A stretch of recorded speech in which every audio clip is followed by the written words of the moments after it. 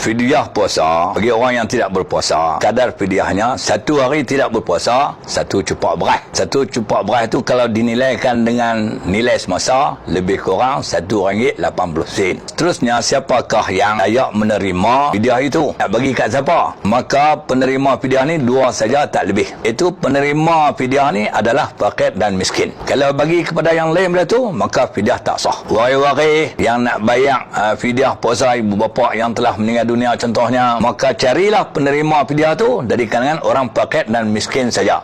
Jangan bayar kepada lain daripada dua tu, kerana tak sah fidyah itu. Dalam zaman sekarang ni, kalau berasa malas nak susah payah cari fakir dan miskin, pilah berurusan di kaunter Majlis Agama Islam. Di Agama Islam nanti dia akan terima bayaran fidyah tu, nanti mereka akan agih-agihkan kepada fakir dan miskin. Pesanan saya, kalau fidyah yang melibatkan kuantiti yang banyak, contoh beras sampai 20 kampit, jangan bawa beras tu pergi letak di surau atau di masjid, lepas tu buat announcement lepas sembahyang zuhur, contohnya, tuan-tuan, orang-orang susah, orang fakir dan miskin, sila ambil beras fidyah di pintu masuk masjid. Jangan buat begitu, kerana dibimbangi, takut-takut yang ambil itu bukan semuanya orang fakir dan miskin. Jadi pesanan saya kepada siapa-siapa nak bayar fidyah bagi dirinya atau bagi pihak si mati, pilihlah cari sasaran yang tepat, fakir dan miskin, atau malas nak berurusan, pilihlah di kaunter Majlis Agama, bayar di sana, nanti mereka akan agih-agihkan kepada